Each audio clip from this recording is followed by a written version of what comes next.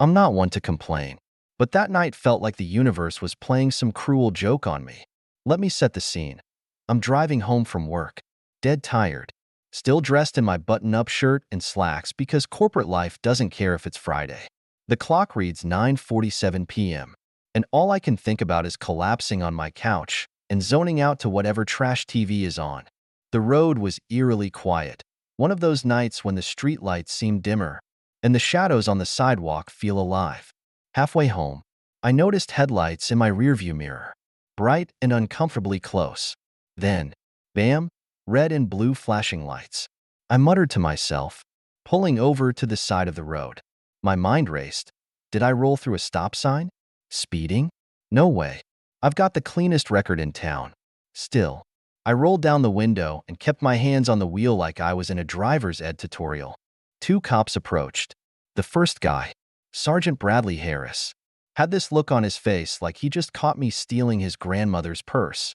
Behind him was Officer Michael Randall, a guy built like a linebacker but with the grace of a Broadway dancer. Harris leaned into the window, flashlight beaming directly into my eyes. "Evening, sir. License and registration," he barked, his voice sharp enough to cut glass. I handed over my documents, keeping my tone polite. "Good evening, officer. Is there a problem?" "Yeah, a big one," Harris replied. He didn't elaborate. Instead, he nodded toward Randall, who circled my car like a shark sniffing for blood. Something felt off.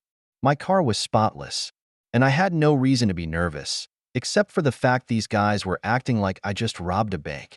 Then it happened. Randall popped the trunk without asking. No warrant, no permission, just flipped it open like he owned the thing. My stomach dropped when he shouted, "Well, well, well, what do we have here?" Harris yanked me out of the car, rougher than necessary. Now I was standing on the side of the road, hands cuffed behind my back, as they pulled out a backpack I'd never seen in my life. Inside were wads of cash and a gun that looked like it had been through a war. "What the hell is this?" I asked, staring at the bag like it might explode. Harris smirked. "That's what we're going to figure out back at the station." "Wait, hold on. That's not mine," I yelled, panic creeping into my voice. My heart pounded so loud I was sure they could hear it. But they didn't care. They were too busy high-fiving each other like they just won the lottery. Randall chuckled. "Yeah, sure, buddy. That's what they all say." They shoved me into the back of their cruiser. Let me tell you, it smelled like bad decisions and worse intentions. As they drove, I could hear them joking up front. "Think he'll crack in the first hour?" Randall asked. "Please, guys like him fold before we even start the paperwork," Harris replied, laughing. "Guys like me?" Oh, I knew exactly what he meant. The ride to the station felt like an eternity. When we arrived, I was dragged into an interrogation room, cold metal table, flickering fluorescent light. The whole cliché. They sat across from me, Harris leaning forward like he was auditioning for good cop, bad cop, except they were both bad cops. "Why don't you save us some time and tell us what you were doing near the bank tonight?" Harris started, his tone oozing fake patience. "I wasn't near any bank. I was at work. Call my boss. Check the cameras. Do whatever you need to do. That's not my bag. And I didn't do anything." I snapped back, frustration boiling over. Randall grinned, like he'd been waiting for this. "See, the thing is, your fingerprints are all over that gun. So either you confess now, or we let the evidence speak for itself." "My fingerprints? That's impossible." My head spun. Did they plant it? When? How? "You're lying," I said, my voice cracking. Harris slammed his hand on the table, making me jump. "Watch your tone, kid. You're in no position to call anyone a liar." For hours, they grilled me, throwing accusations, twisting my words, trying to make me slip, but I held my ground. Every time I denied it, they got angrier, their questions sharper. It was a game, and the goal was to break me before sunrise. By the time they tossed me into a holding cell, it was past midnight. The cell smelled like sweat and regret. A guy in the corner wouldn't stop humming some off-key tune. I slumped onto the bench, my head in my hands, trying to make sense of what just happened. This couldn't be real. I didn't do anything. But here I was, locked up like a criminal. And the worst part? Nobody was coming to save me. Not tonight. Anyway, as the cell door slammed shut, I took a deep breath. All right, Tyler, I muttered to myself. Figure out how the hell you're going to get out of this mess. Morning came too fast, and I was yanked out of the cell like a headliner in some sick circus. Harris and Randall were waiting, smug as ever. Ready to come clean? Harris asked, leaning back in his chair like he owned the place. Clean about what? I snapped. You're the ones playing dirty. Randall chuckled. Cute. Keep it up, and we'll make sure the judge sees just how dangerous you are.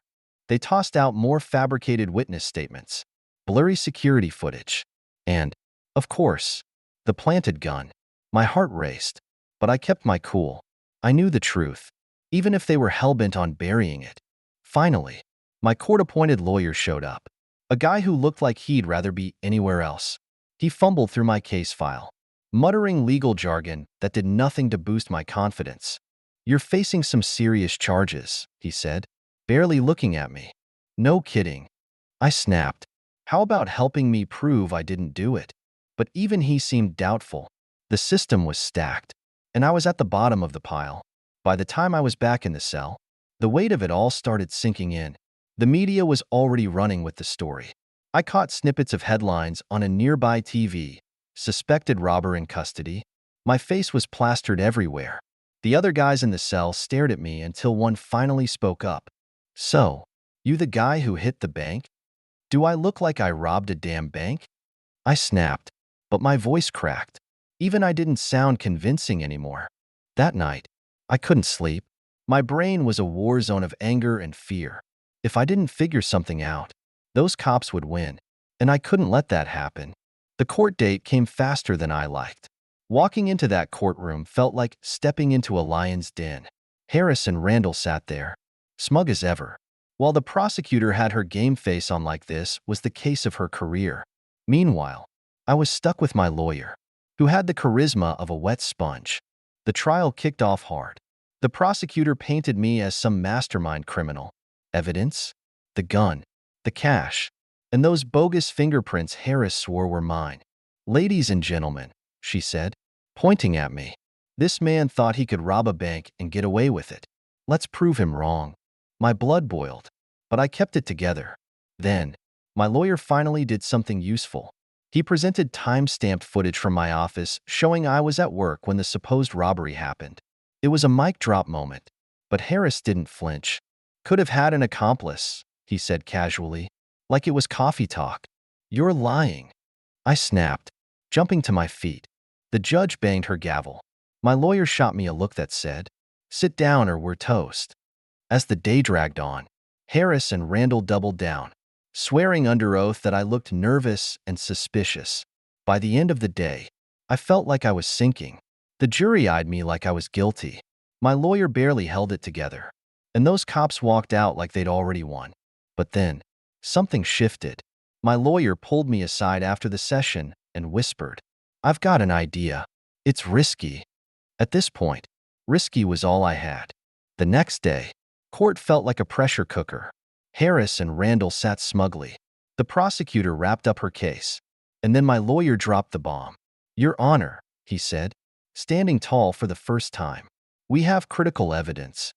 He cued the AV system. Footage from a traffic camera popped up, showing Harris and Randall pulling me over and Randall casually placing the bag in my trunk. The room went silent. Harris jumped up, shouting, This is fake.